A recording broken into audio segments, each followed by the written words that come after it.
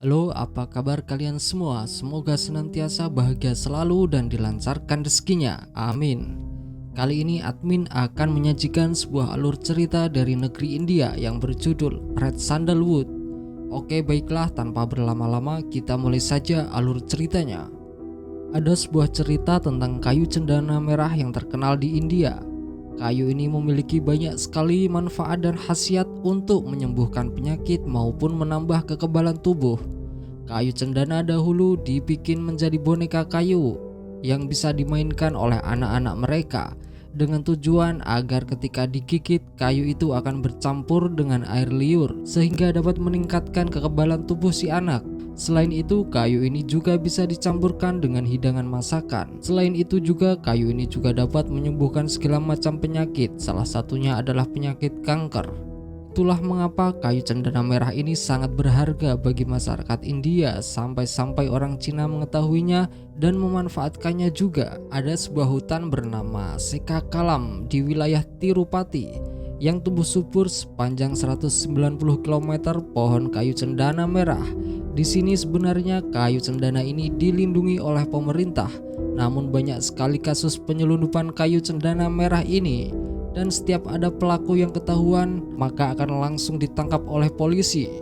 Kemudian di tempat lain di kantor pemerintahan wilayah Andhra, Pak Menteri sedang marah-marah kepada kepolisian karena gagal menangkap kasus penyelundupan kayu cendana merah. Kepala kepolisian menjelaskan kalau ada penyelundup baru yang belum diketahui informasinya. Lalu menteri memerintahkan untuk segera menghabisi siapapun yang melakukan penyelundupan kayu ini. Lalu ada seorang pria yang baru turun dari bus. Diketahui pria itu bernama Prabha. Dia berasal dari Chennai. Lalu dia masuk ke dalam sebuah bank. Dia sedang mencari tahu keberadaan seseorang yang mengirimkan uang ke akun bank yang dibawa. Namun pihak bank tidak dapat melacaknya karena nominal tidak sesuai dan nomor HP hanya 9 digit. Lalu Prabha pergi dari bank itu. Namun sebelum pergi dari bank, Pak Satpam memanggilnya lagi dan menceritakan bahwa kemarin ada seorang pria yang menyetorkan uang dengan nominal tersebut. Lalu Prabha menunjukkan sebuah foto pria dan Satpam mengkonfirmasi bahwa memang benar pria itu yang melakukan. Lalu Satpam memberitahukan alamat orang tersebut dan Prabha pergi untuk mencarinya. Prabha bertanya kepada penjaga warung tentang keberadaan orang Tamil yang tinggal di daerah sini. Lalu Prabha menuju lokasi tempat berkumpulnya orang Tamil. Saat berada di wilayah itu, tiba-tiba Prabha dilempari sebuah plastik berisi bensin oleh beberapa orang. Lalu Prabha kabur dan dikejar oleh mereka. Prabha tertangkap dan perkelahian pun terjadi. Prabha melawan dengan kemampuan bela dirinya, namun jumlah musuh yang terlalu banyak akhirnya membuat Prabha kabur dan berhasil meloloskan diri. Setelah itu Prabha mendapatkan sebuah telepon dari Vineta yang merupakan kekasihnya. Dia bertanya apakah dia sudah menemukan Karuna. Diketahui Karuna adalah kakak dari Vineta. Dan Prabha sedang mencari keberadaan Karuna karena ayah Karuna sedang sakit keras dan sang ayah terus memanggil-manggil nama Karuna. Ayah Karuna sangat sayang kepada Karuna. Karuna membelikan sebuah kacamata kepada ayahnya. Saat memberikan kacamata itu, sang ayah melihat bekas luka di tangan Karuna. Namun Karuna tidak mau menjawab asal dari luka itu dan mengatakan luka ini tidak ada apa-apanya dibandingkan perjuangan sang ayah menghidupi keluarganya. Lalu Karuna pergi untuk melakukan wawancara kerja. Prabha selalu mengantarkan adik Karuna pulang pergi ke sekolah. Lalu suatu saat Vineta mengatakan apakah dia mau menikahinya. Prabha mengatakan kalau sebaiknya Vineta fokus terlebih dahulu untuk sekolah. Setelah itu Prabha pergi untuk latihan tinju. Dia berlatih keras karena ingin menjadi atlet tinju profesional suatu saat nanti. Karuna kembali dari wawancara kerjanya, namun ia terlihat sangat sedih karena untuk bisa diterima kerja, dia harus membayar 1 lakh, di mana uang tersebut sangat besar sekali. Karuna memberitahukannya kepada sang ayah, lalu sang ayah menyemangatinya dan memberikan saran untuk mengumpulkan uang 1 lakh dengan kerja ikut pamannya terlebih dahulu. Karuna lalu menurut saja dengan ayahnya dan pergi ke rumah pamannya untuk ikut bekerja. Namun baru sehari bekerja, pamannya menelpon ayah Karuna bahwa Karuna menghilang dan tidak kembali lagi ke rumah. Sang paman curiga kalau Karuna diiming-imingin uang yang banyak oleh seseorang untuk bekerja di penebangan pohon ilegal kayu cendana merah. Dan Karuna sepertinya terpengaruh karena kondisinya memang sedang membutuhkan uang banyak untuk bisa diterima kerja di pemerintahan. Setelah mendengar kabar itu, sang ayah yang sedang mengendarai mobil menjadi hilang fokus dan mengalami kecelakaan. Venita lalu menghubungi Praba dan langsung menuju ke rumah sakit. Venita bercerita bila ayahnya dalam kondisi belum sadar, sementara Karuna masih belum kembali ke rumah karena ikut bekerja di penebangan pohon di Tirupati. Venita lalu mengatakan bahwa Karuna menyetor 2 kali uang sebesar Rp49.000 dari Andara Bank di Reni Gunta. Menurut penjelasan pamannya, Karuna sedang mengalami masalah besar. Sambil menangis, Venita meminta Praba untuk mencari keberadaan kakaknya dan membawanya pulang. Lalu mereka berdua pergi ke kantor polisi untuk meminta bantuan. Namun seperti biasa, polisi tidak mau menanggapi laporan itu dan menyuruh mereka untuk pergi. Lalu kepala polisi melihat kejadian itu dan memerintahkan bawahannya itu untuk profesional mengurusnya. Kemudian Praba menebatkan izin untuk mencari keberadaan Karuna di wilayah Andhra. Di Andhra, Praba melihat temannya yang bernama Kali sedang berhenti karena truknya sedang mogok. Lalu Praba bercerita kalau dirinya sedang mencari Karuna di sini. Pada saat mereka ngobrol, tiba-tiba ada polisi datang dan memeriksa truk milik Kali. Dan polisi menemukan kayu cendana merah di dalam truknya. Akhirnya mereka semua ditangkap termasuk Praba dan dibawa ke kantor polisi untuk diinterogasi. Mereka bertiga dipukuli oleh polisi termasuk Praba yang tidak ada sangkut pautnya. Mereka disuruh mengaku untuk siapa mereka bekerja. Lalu kepala polisi datang dan mengatakan kalau mereka hanya boneka, pasti ada pihak yang mengendalikan mereka. Lalu polisi yang berpatroli menangkap lagi 3 orang penebang kayu cendana dan memukulinya di kantor polisi. Kepala polisi itu menemukan 2 buah kertas dengan kode angka yang sama. Besokan harinya, kepala polisi datang lagi dan menginterogasi satu persatu tentang siapa mereka, apa tujuan mereka, dan dengan siapa mereka bekerja. Praba lalu menjelaskan siapa dirinya, dari mana asalnya, dan tujuannya ke sini, yaitu untuk mencari temannya yang bernama Karuna karena ayahnya sedang sakit. Lalu dilanjutkan dengan kakek tua yang bernama Rasapandi. Dia berasal dari daerah miskin bernama Desa Padividu. Dia bercerita bagaimana susahnya hidup di daerah tersebut. Pertanian sulit tumbuh karena kekurangan air. Waktu itu dia sedang ngopi di sebuah warung. Saat sedang curhat tentang kesusahan hidupnya, ada seorang berpakaian rapi bernama Baskar. Dia mendengarkan pembicaraan itu. Lalu dia menanyakan soal pertanian di desa ini. Rasapandi menjawab jika pertanian di daerah ini tidak membuahkan hasil sama sekali. Lalu Rasapandi pergi dari warung tersebut. Namun Baskar mengikutinya dari belakang dan menghampiri Rasapandi. Dia menawarkan sebuah pekerjaan yang dapat merubah hidup Rasapandi. Rasapandi bertanya pekerjaan apakah itu. Dijawab oleh Baskar, pekerjaannya adalah menebang pohon di sebuah pertanian di Tripurti. Awalnya Rasapandi menolaknya karena merasa umurnya sudah sangat tua dan dia masih bisa hidup dari pemberian anaknya. Saat dia pulang dan bersama kedua putrinya dan istrinya, ia sedih mendengar bahwa anaknya yang masih sekolah berkata bahwa setelah kakaknya menikah nanti dia ingin bekerja ikut dengan kakaknya agar bisa membantu menafkahi orang tuanya. Kemudian sang kakak pamit untuk pergi bekerja. Ketahui sang kakak tanpa sepengetahuan orang tuanya bekerja sebagai seorang pelacur. Terjadi keributan pada saat di kamar hotel. Dia tidak sengaja membunuh pelanggannya karena berusaha merebut uangnya. Kemudian Rasapandi mendengar kabar itu dan menghampiri putrinya yang ditahan di kantor polisi. Putrinya menangis dan meminta maaf karena pekerjaan haram yang dilakukannya. Lalu putrinya meminta kepada ayahnya supaya dia dibebaskan. Namun dia harus membayar seorang pengacara untuk bisa mengurus kasus ini dan dibebaskan.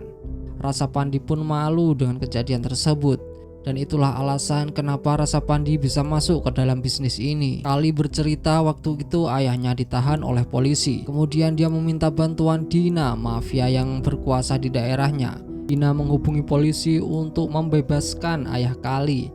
Namun polisi tersebut meminta uang 1 lah untuk tebusan. Dina memberitahukan hal itu kepada Kali, namun Kali tidak memiliki uang sebanyak itu. Dina kemudian menawari Kali untuk menjadi supir yang mengangkut kayu cendana merah. Kemudian yang lainnya mengatakan bahwa yang mengajak mereka adalah seseorang yang bernama Bhaskar.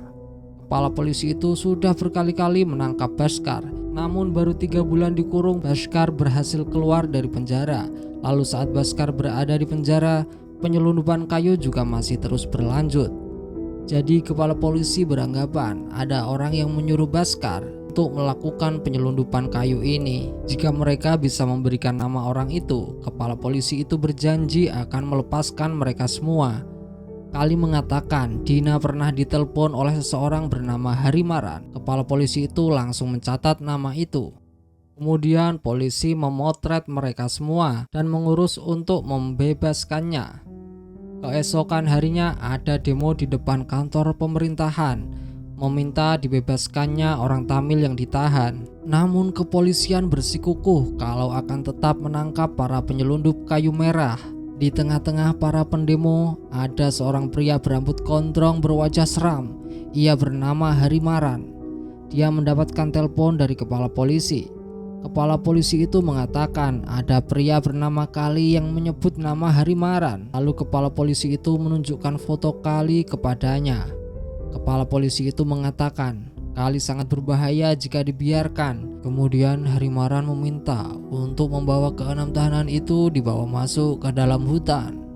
Lalu kepala polisi itu melepaskan ke-6 tahanan itu. Namun sebelumnya mereka diperintahkan untuk membawa kayu cendana merah yang mereka ambil untuk dikembalikan ke dalam hutan. Mereka pun menggotong kayu cendana itu masuk ke dalam hutan.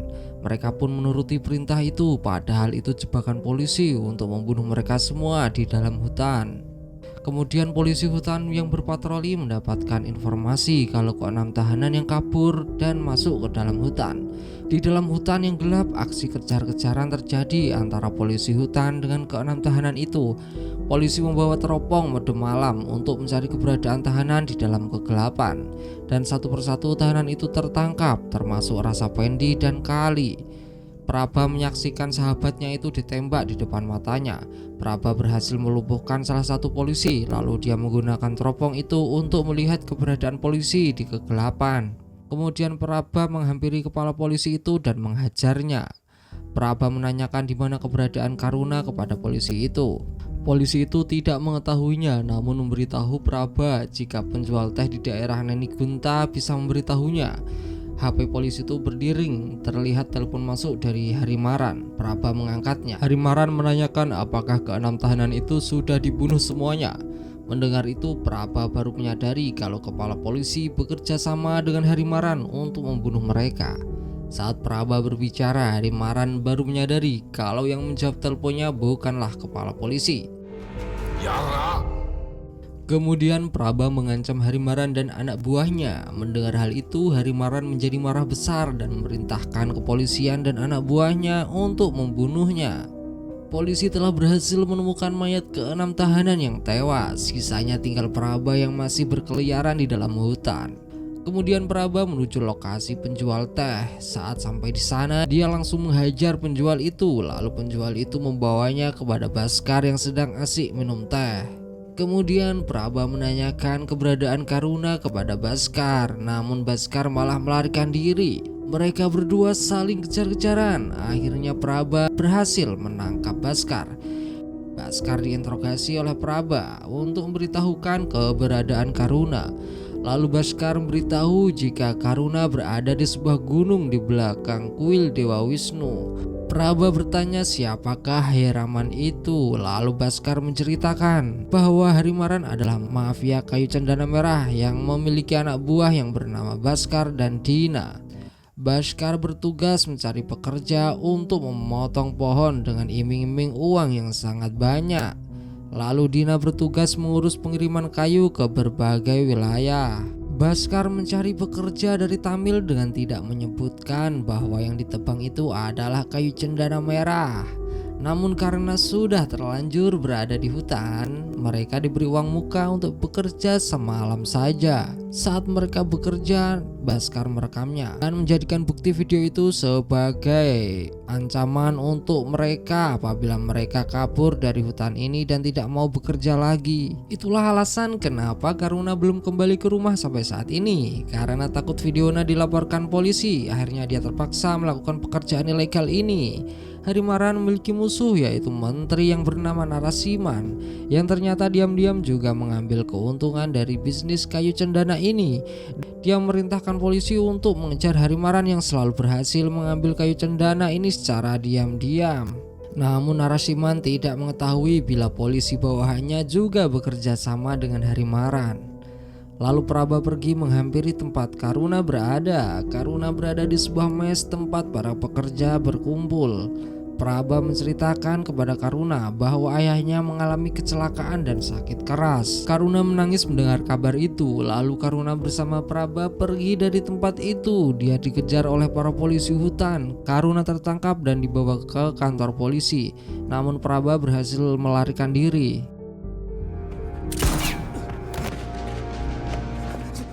Praba menelpon kepala polisi wilayah Chennai memberitahukan soal kondisinya sekarang dan apa yang sedang terjadi di dalam hutan. Lalu kepala polisi Chennai menghubungi polisi Andhra dan meminta polisi hutan berhenti memburu Praba dan membiarkannya pulang ke Chennai. Kepala polisi itu pusing 7 keliling karena diancam akan dilaporkan ke kantor pusat. Lalu dia menemui Harimaran meminta untuk berhenti memburu Praba. Namun Harimaran tetap ingin Praba mati. Daerah Renigunta telah dikepung oleh polisi. Praba mau tidak mau harus menghajar semua polisi yang berusaha menangkapnya.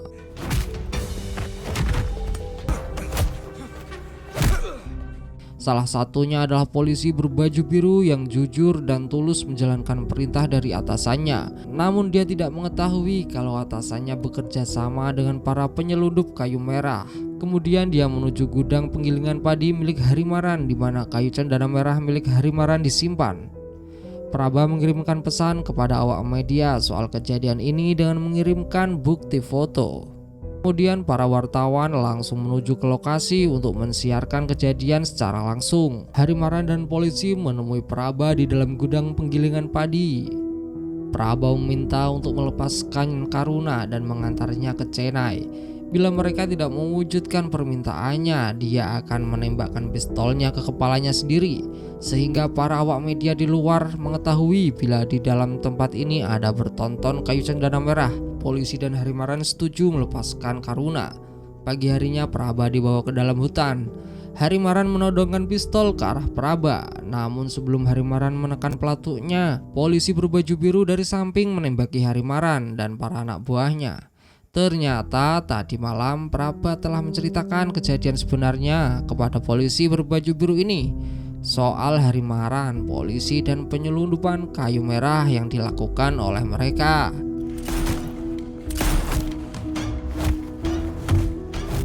Perkelahian terjadi antara mereka semua. Praba yang memiliki skill tinju menghajar Harimaran hingga jatuh tersungkur dan tewas.